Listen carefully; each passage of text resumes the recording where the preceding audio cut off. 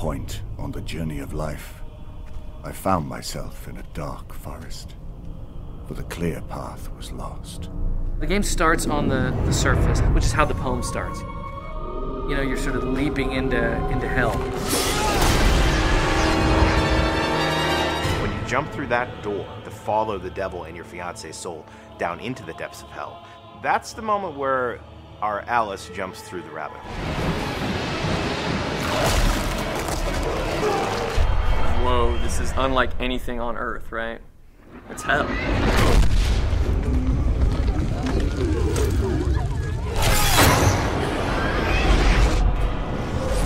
Divine Comedy was written in the early part of the 1300s by a guy named Dante Alighieri. He spends his life dreaming about a woman that he loved named Beatrice, who he never got to be with.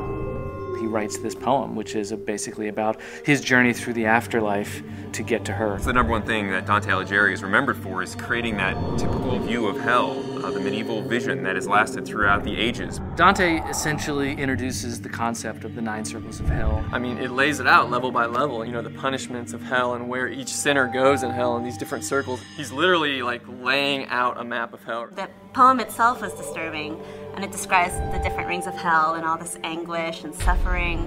And I think that's also one of the most appealing aspects of it.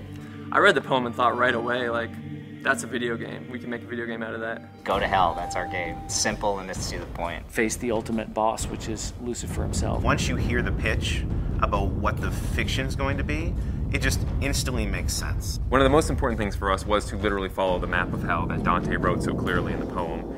We're not going to create a circle called jealousy or shoplifting, yeah? We're going to go with the circles that are actually in the poem. The things in the Inferno that we knew we couldn't change, I mean, definitely the rings of hell, and also like the major characters. Of course, each piece we sort of interpret a little bit differently. The character that you play in the game is a reimagination of the original Dante, and he's fighting for love. Lucifer has taken his love, Beatrice, into hell, and he actually fights death, and he actually defeats death and takes death's scythe, and says, you know, I'm gonna take this thing, I'm gonna go into hell, and I'm gonna get her.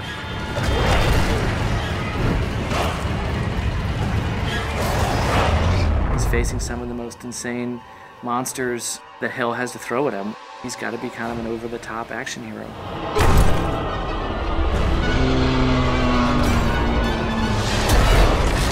Everything you do in this game is brutal. It involves eviscerating, ripping open. It's definitely a brutal game. It's not for the faint of heart. We have enemies that push the limits of taste.